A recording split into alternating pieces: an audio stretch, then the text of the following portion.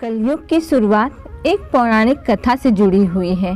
जब धर्मराज युधिष्ठिर अपना पूरा राजपाट परीक्षित को सौंपकर अन्य पांडव और द्रौपदी समेत महाप्रयाण हेतु हिमालय की ओर निकल गए थे, उन दिनों स्वयं धर्म बैल का रूप लेकर गाय के रूप में बैठी पृथ्वी देवी से सरस्वती नदी किनारे मिले। गाय रूपी पृथ्वी के नयन आंसुओं से भरे हुए थे। उनकी आंखों से आंसू बह रहे थे। पृथ्वी को दुखी देख धर्म ने उनसे उनकी परेशानी का कारण पूछा। धर्म ने कहा, देवी, तुम ये देखकर तो नहीं रो रही हो कि मेरा बस एक पैर है, या तुम इस बात से दुखी हो कि अब तुम्हारे ऊपर बुरी ताकतों का शासन होगा। इस सवाल पर पृथ्वी देवी बोली, हे धर्म, तुम तो सब कुछ जानते हो, ऐसे में मेरे दुख का कारण पूछने से क्या लाभ। सत्य, पवित्रता, क्षमा, दया, संतोष, त्याग, शास्त्र विचार, ज्ञान, वैराग्य, शौर्य, तेज, साहस, उत्साह, अहंकारहीनता आदि गुणों के स्वामी भगवान श्री कृष्ण के स्वधाम जाने की वजह से कलयुग ने मुझ पर कब्जा कर लिया है। पहले भगवान कृष्ण के चरण मुझ पर पड़े थे, जिसकी वजह से मैं खुद को सौभाग्यशाली मानती थी, परंतु अब ऐसा नहीं है। अब मेरा सौभाग्य समाप्त हो गया है। धर्म और पृथ्वी आपस में बात कर ही रहे थे कि इतने में असुर रूपी कली वहां आ पहुंचा और बैल और गाय को मारने लगा। उसी समय राजा परीक्षित वहां से गुजर रहे थे। जब रास्ते में उन्होंने देखा कली एक बैल को मार रहा है, उस बैल का एक टांग ही है, यह बैल धर्म था। यह देख राजा परीक्षित को काफी क्रोध आया। कली को मारने दौड़े। कली राजा परीक्षित को आते देखकर डर गया और राजा परीक्षित से रहम की मांग करने लगा।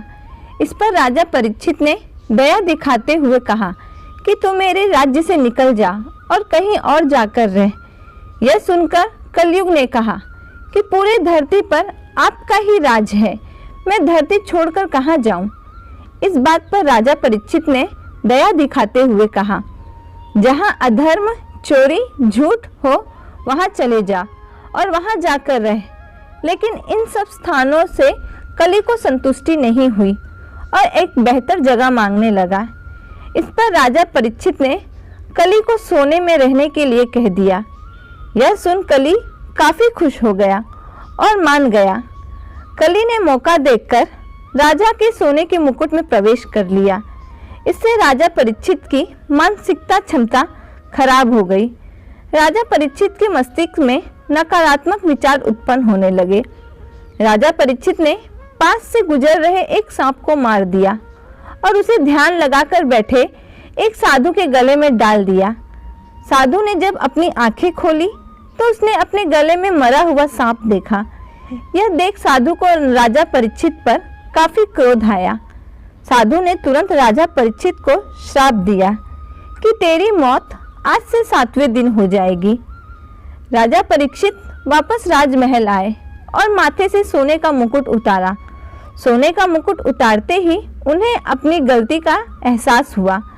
एहसास होते ही राजा परीक्षित दौड़े दौड़े साधु के पास गए और क्षमा याचना करने लगे। इस पर साधु ने कहा, श्राप वापस नहीं हो सकता, लेकिन तुम्हारे पास 7 दिन हैं। इन 7 दिनों में जितना अच्छा कर्म कर सकते हो कर लो। इसके बाद राजा परीक्षित वापस राजमहल आ गए और 7 दिन बाद राजा परीक्षित की मौत हो गई।